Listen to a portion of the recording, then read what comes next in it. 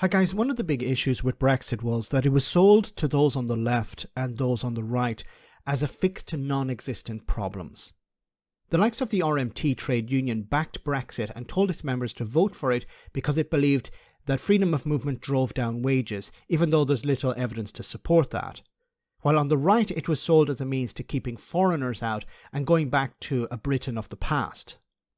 Brexiteers in government then realised a problem. If they ended freedom of movement, it would starve industry of the workers it needed. So they attempted to replace EU workers with staff from further afield, but this created its own problems. Here George Holt of the trade justice movement explained the conundrum facing government if they try to bring in workers from, say, India.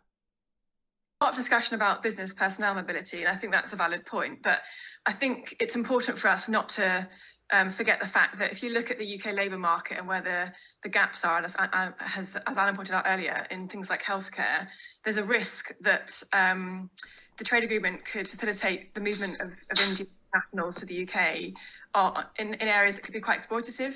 So I know the unions here are quite concerned about whether the FTA will allow more workers to come here and work in the UK on lower terms and conditions than what the UK workers would have, which obviously, is bad for those workers themselves, but also could undermine labour standards in the UK more generally as well. So that's, I think, a concern to bear in mind as well. Now, there's another aspect here that needs to be talked about, and it's the TCA, the agreement that the UK and the EU signed up to.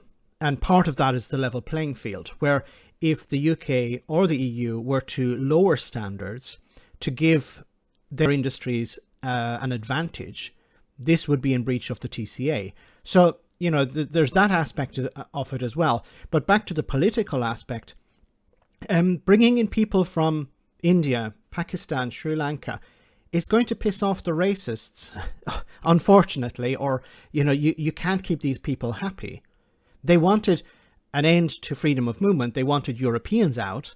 But if you're going to replace them with people from other parts of the world, they're going to be upset as well. And the Conservatives don't want to lose votes to the likes of UKIP or the Reform Party or other racist organisations or movements. They want to hold on to these voters. So that's one of the reasons why they were so adamant about ending freedom of movement. But on the other hand, if the economy is crashing because business can't get access to the workers it needs, you're going to lose votes on that side as well. Ordinary people who are not racist, who may have voted for the Conservatives, are probably going to say, well, the economy is crashing. Who's responsible for that? Well, the government who's in charge at the moment. So we'll vote for another party, Labour Party, Lib Dems, Greens, someone else. So the Conservatives are in a bit of a fix here. Do a trade deal with India that allows more Indians to come to the UK and have, lower standards for worker protections, and you're going to have problems with the EU, but you're also going to have problems with trade unions, because as we've heard from Mick Lynch and others, that what the Tories want to do at the moment is to stop the ability of trade unions to go on strike by replacing them with agency staff. This is part and parcel of what the Brexiteers and those on the right within the Conservative Party want to do, the far right even. They want to end the ability to go on strike. You go on strike, you're replaced by agency staff.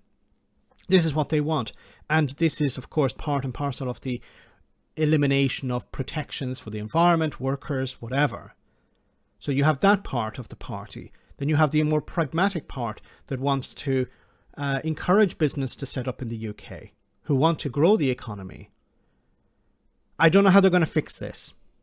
Let me know in the comment section, guys, what you think. As always, your comments are greatly appreciated. Thanks a lot.